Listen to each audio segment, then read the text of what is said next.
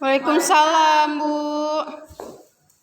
Oke, baiklah. Sebelum kita memulai pembelajarannya, mari kita berdoa dulu ya. Ketua kelas, coba tolong pimpin doanya. Amin. Oke, baiklah. Oke, gimana kondisi tempat duduknya? Boleh nyaman anak-anak semua? Udah, Bu. Oke. Nah, Ibu akan mengabsen satu persatu siswa yang ada dalam kelas ini. Nah, siapa yang nggak datang hari ini? Putra Aris, Bu. Oh ya, kenapa dia sakit ya? Nggak tahu, Bu. Ada kabar. Oke. Baiklah. Nah, hari ini Ibu akan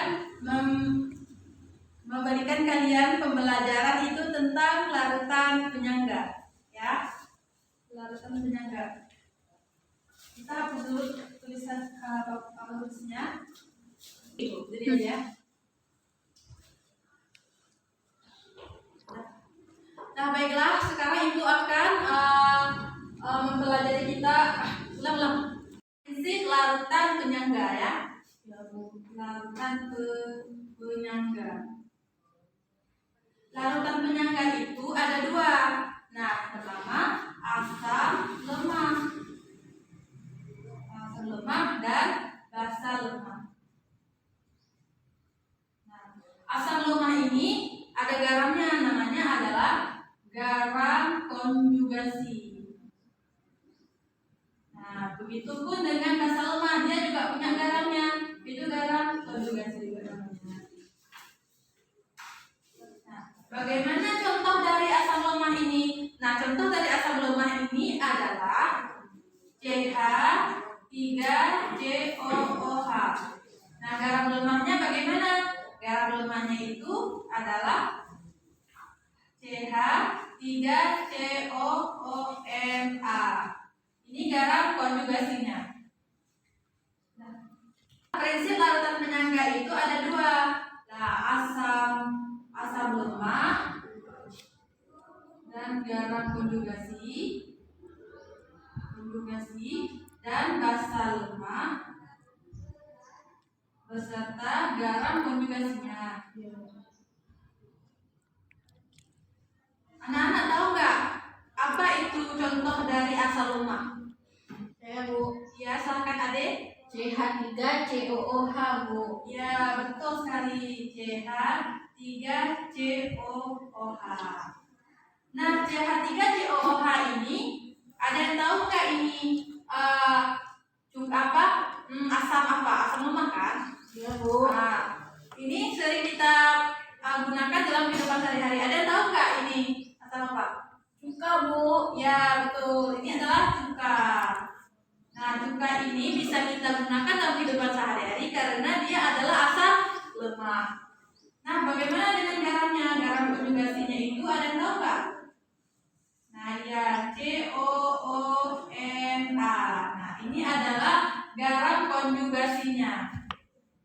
Contoh yang kedua itu bagaimana? Contoh yang kedua itu ada H3PO4 ditambah NaH2PO4. Nah, kalian bisa tentuin nggak yang mana asam lemahnya, yang mana garam konjugasinya? Nah, ini adalah asam lemahnya, ini garamnya.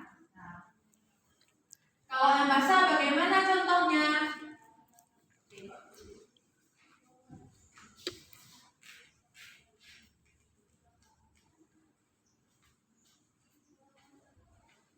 Nah, basa lemah itu contohnya adalah NH4OH. Nah, ini basa lemah. Garamnya apa? Garamnya NH4Cl. Ini adalah garamnya. Nah, baiklah, kita kan telah mengetahui tadi contoh dari asam lemah dan basa lemah. Nah, sekarang kita lihat bagaimana rumusnya dan nanti di akhir kita akan menyelesaikan soal atau latihan yang akan nanti kalian kerjakan di rumah. Rumus pH asam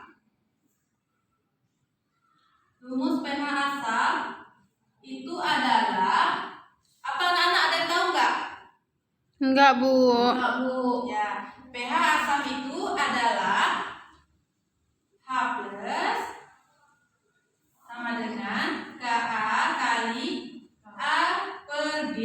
Nah, H plus ini adalah asam, Ka ini adalah tetapannya. Maksudnya tetapan itu adalah nilai yang telah ditentukan oleh materinya. A ini apa? A ini adalah mol asam. Yang G ini adalah garam konjugasinya tadi, molnya. Nah, baiklah. Bagaimana kita mencari pH-nya? Nah, mencari pH-nya itu adalah pH sama dengan min log H plus. Nah, min log H plus. Nah, ini adalah rumus mencari pH untuk asam. H ini kita dapatkan nilainya dari Ka kali A per G. Nah, bagaimana dengan rumus basa lemah? Rumus basa lemah itu tidak jauh beda daripada rumus asam lemah. Nah, contoh rumusnya adalah OH min sama dengan KB kali A kali B per G. Nah, cuman bedanya di sini adalah kalau basa kan OH min, berarti OH min sama dengan KB kali B per garamnya. Belum sampai di sini ya anak-anak, kita harus mencari pH-nya. pH-nya itu adalah POH sama dengan min log OH min.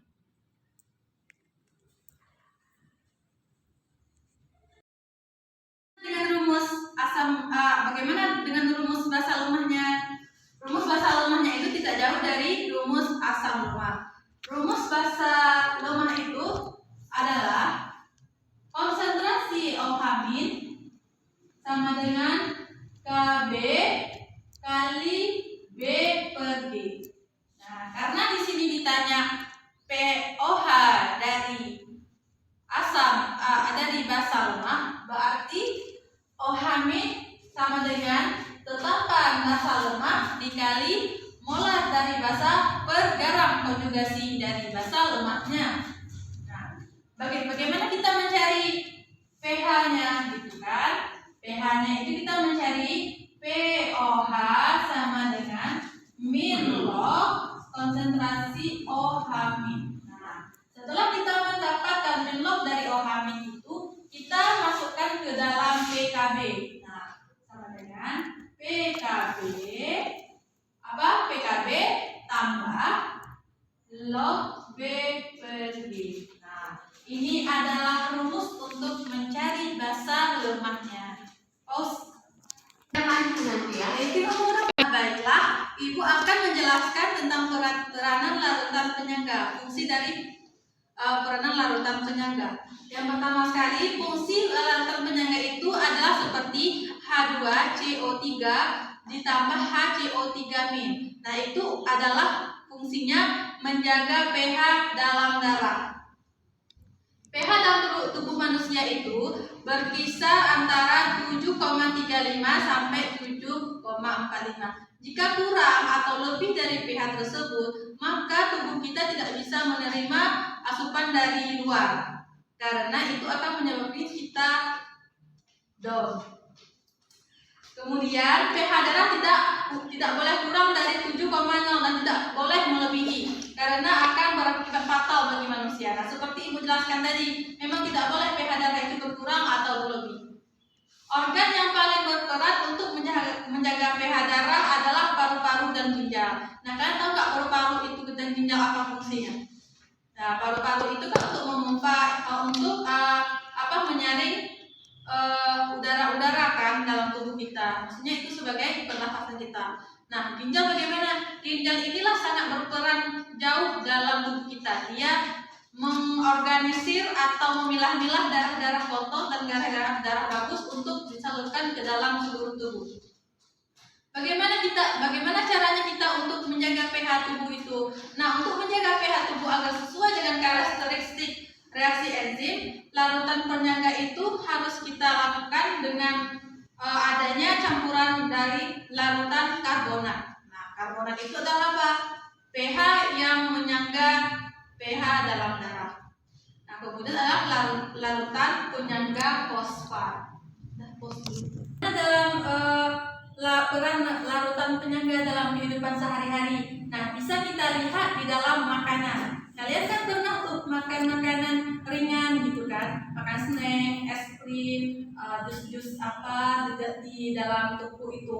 Nah, itu mengandung larutan penyangga asam dan natrium sitrat yang menjaga pH dalam makanan kalian, sehingga makanan tidak mudah dirusak oleh bakteri. Makanya dalam makanan itu bisa bertahan bertahun-tahun, bahkan ada beberapa makanan juga bertahan beberapa hari karena memang dia memang bebas dari asam nitrat. Karena kalau jika berlebihan asam nitrat itu dalam makanan dapat menyebabkan akibat fatal dalam tubuh kita.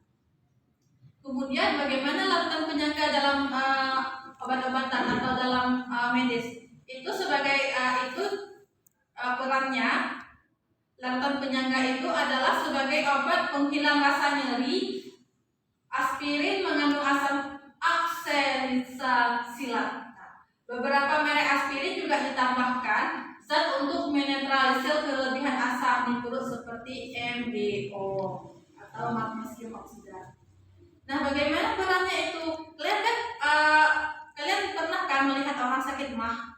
Nah, sakit mah itu kan peningkatan asam di dalam lambungnya. Nah, itulah aspirin untuk menurunkan pH asamnya itu kembali seperti semula. Makanya kita kalau makan makanan itu yang penyakit lambung itu nggak bisa yang terlalu asam, karena lambungnya memang asam. Aspirin itu bersifat basa. Nah, jadi menetralkan asam lambung kita.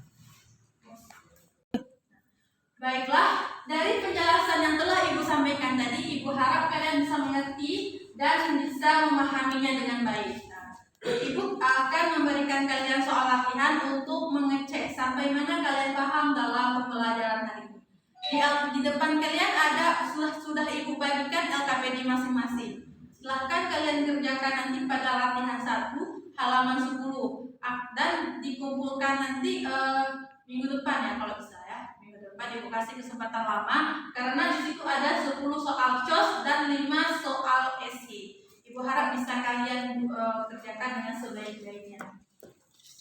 Nah, di akhir pembelajaran ini Ibu minta maaf jika ada kesalahan-kesalahan yang Ibu menyampaikan dan ada mungkin miskonsepsi di antara kalian semua, dan jika ada saran dan kritik boleh disampaikan kepada Ibu. Nah, begitulah sekarang kita mempelajari larutan penyangga itu sangat berguna bagi kehidupan kita, karena dalam kehidupan kita itu memang banyak ya perbedaan-perbedaan yang harus kita syukuri, itu semuanya berasal dari Allah Ta'ala. Baiklah, sekian, terima kasih. Wassalamualaikum warahmatullahi wabarakatuh. Waalaikumsalam warahmatullahi wabarakatuh.